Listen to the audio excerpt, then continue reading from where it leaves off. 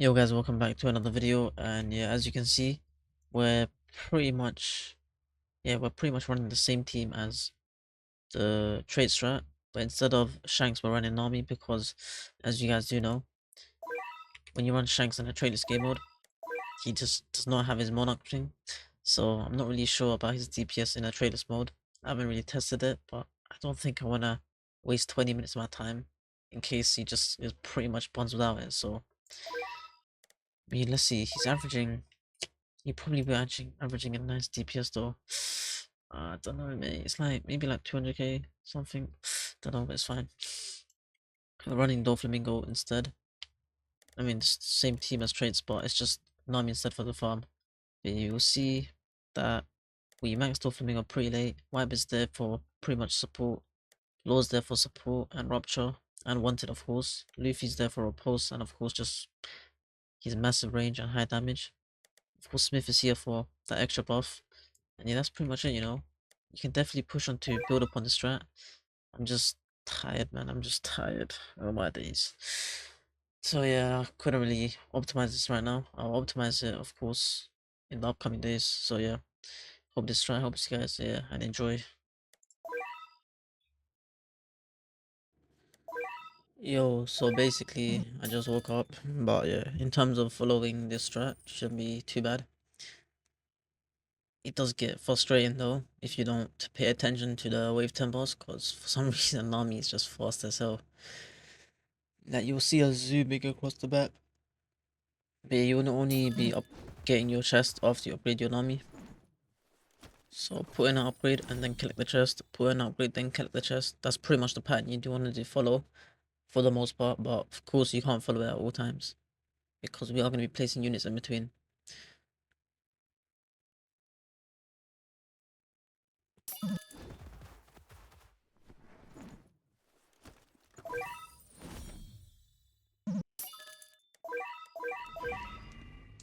But yeah, for this law, you set them to closest over there, and you apply zone 3, so any enemy that enters this zone is instantly affected by wanted. And then the second law gets placed over here. Make sure he's closer to the path on the top than the bottom, and put him in zone 2 for now. This is just so you can apply rupture to them, because of course, not all enemies are going to be hit by the first law, because his SP is like 7.1, so kind of a bummer, but it's fine. You're trying to keep upgrading your Namis anytime you can.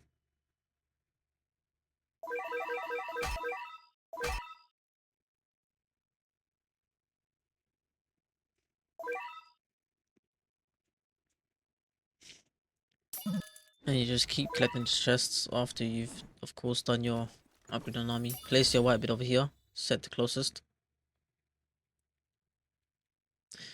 You could, no, not really. I guess it's fine, it worked like that.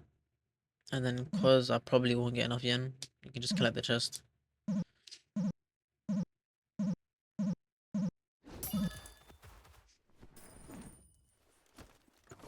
And now collect this chest because Nami is maxed out.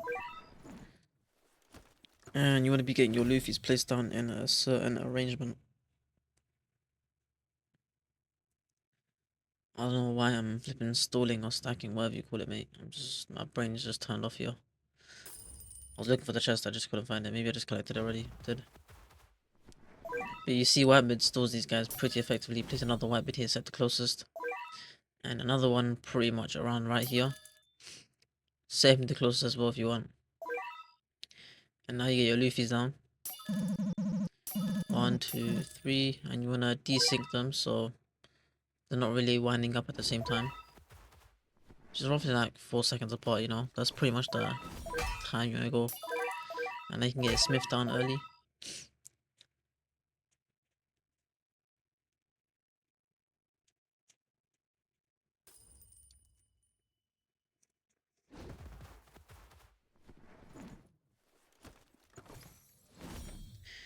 Put one upgrade into one Luffy and then upgrade this Luffy at the back.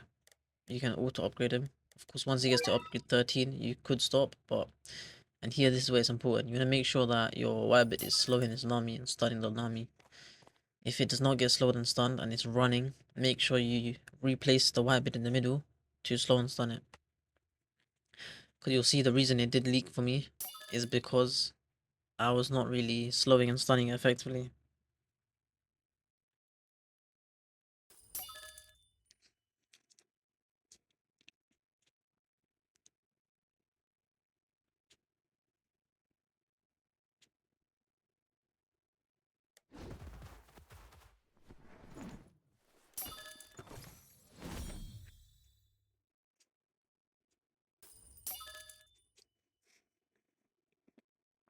But yeah, you can see how much damage Luffy is doing, and once we get him to, of course, upgrade 13, he's just gonna be hitting a lot more enemies and getting us a lot more yen. A lot more yen. And you just want the Nami to be slowed and stunned, effectively. That's all that matters, to be honest.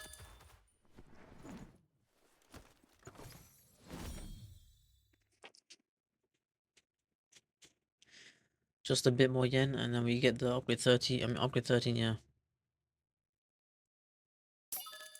And that's perfect. And I see Nami sprinting. I should have slowed it earlier. So I sold this guy, placed him over here. And yeah, the reason for this is because Luffy should just kill her off. But of course, if I slowed it earlier, Luffy would have had the easier time and it would have killed her very early on. So that was my bad. So pretty much just slow it as soon as you can. That's all you have to do. Yeah, Luffy gets one more attack on, but it's not really enough to kill it, so he gets left at 90k HP. And from there, you can just follow it with Whitebeard. Just selling and replacing Whitebeard can easily kill that, so it's fine. And now you're going to be prioritizing your other Luffys, just getting them all to upgrade 14, pretty much just max upgrading them. And yeah, you can see Whitebeard's just having a pretty easy time back there, so it's fine. But yeah, remember, as long as you slow the Nami boss, as soon as she starts sprinting, you'll be fine in terms of dealing with it. So as you can see, Whitebeard did kill it. And I place Whitebeard over here, set the closest.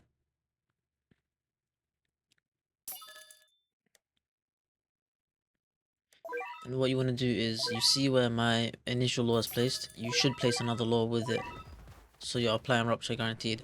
Because you can see a lot of these enemies in the middle, they don't have rupture on them. They are revitalizing each other, which is an issue. So I just opted for this placement, see? Right here, set the closest. And yeah, he's just hitting decent amount of enemies. I gave him the SPA one, but low-key it makes not much of a difference. It's better off just giving range, which is what I switched to later.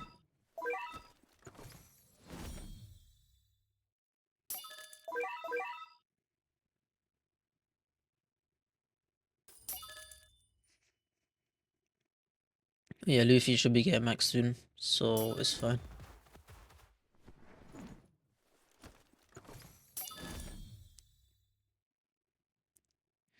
And yeah, once all Luffys are maxed, you want to be putting money into your Smith, so you can give these Luffys the range buffer. Since Luffys already have a high overhead, it's fine if you just give range. And it does help them a bit, because they're covering of course more track. And for this law, you give 20% range and start upgrading him. You want this law to be maxed out once you of course go over to zone 1. So switch to zone 1 and switch back to zone 2. You're only going to zone 1 when you're actually in dire need of it. Right now we're fine and we're managing. Luffy should just kill everyone.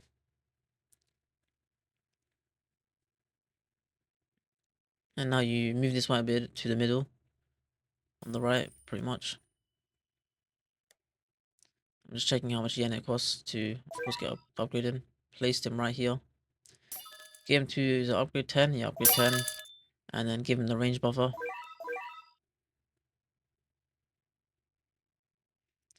And yeah, that's all we're using Whitebeard for. We're using it for the support, you know.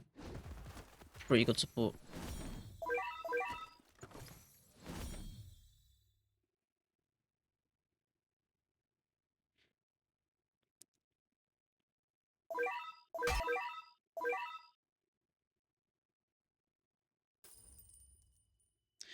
And yeah, this is where I get my Doflamingos placed. Make sure they're effectively in the similar spots. Turn the VFX off. And at this point, you could turn law onto, what is it called again? My brain is farting right now, but you could turn law onto zone 1 right now. And yeah, what was this will allows law to do is any enemies that are in front of him and he hits within his zone 1, he's gonna pull them back to the pathing behind him. And he's trying to put one upgrade into these, does it matter? Doesn't really matter, I think. I think it only affects with the clones, yeah, so I'm just being a stupid bum, mate. So yeah, does not matter which order you do it, you can just upgrade them all together. Because I'm pretty sure you only get discounts when you, of course, upgrade with pink villain clones. But you want to be spacing out your Conqueror's aura between them. Getting this guy to upgrade 10 as well. Giving him the range, of course, as well.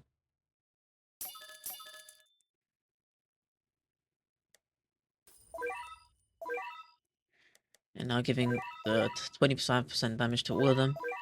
Giving the Dragon Slayer to one of them. Giving the... After you use Dragon Slayer, use the, of course, the String Dominion on that one. And give the Sword of Actuation on the other one.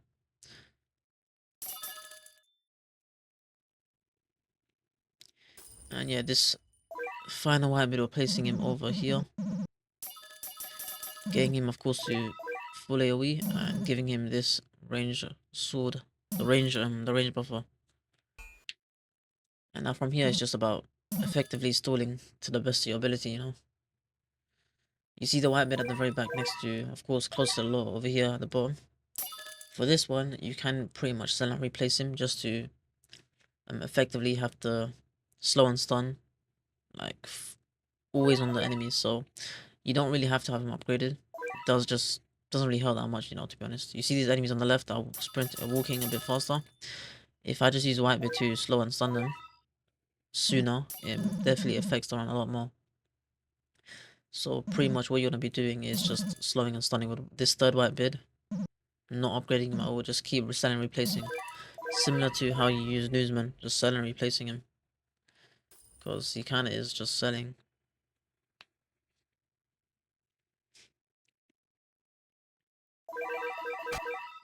Because there are a few instances where enemies do leak, and if I do have full slow uptime on them, they just won't be. Maybe I can change his SPA stat to give him a 10-second SPA.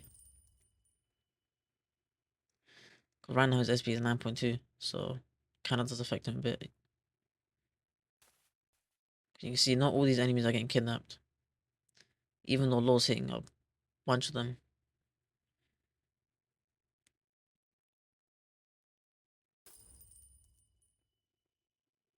Here, he should kidnap that one, but even though he kidnapped that one, he didn't kidnap the other ones, which is annoying.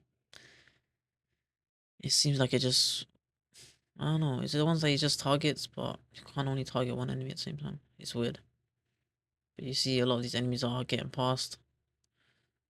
And even those ones, I don't know how they did not get kidnapped, unless they've already been kidnapped, which I doubt.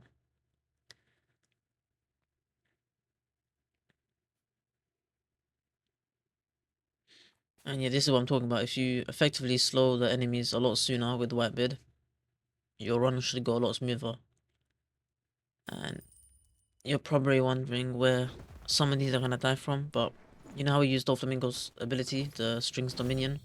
It spawns 5 tentacles at the very back of the map, so if you see these guys taking damage, it's because of the tentacles. So yeah, I don't know if I'll zoom in, but yeah, this is what you should be doing with the white bit from the start. I was just being stupid, mate. I was just being very stupid. I'm not doing this. But yeah, this is more effective because, of course, you're making sure enemies are slowed the whole time. But you saw some of these enemies did die in it, and yeah, the reason for it is because there's 5 tentacles at the back. Yeah, those tentacles, they don't output crazy DPS, but they help a bit. And if I was smart here, I would have been getting white bid to upgrade 10 consistently at the back. Or upgrade, was it yeah, upgrade 6 consistently just to kill these guys off. Because yeah, slowing them works, but of course, if you're killing these enemies at the back, you get more time as well. So I could have killed these guys at the back as well.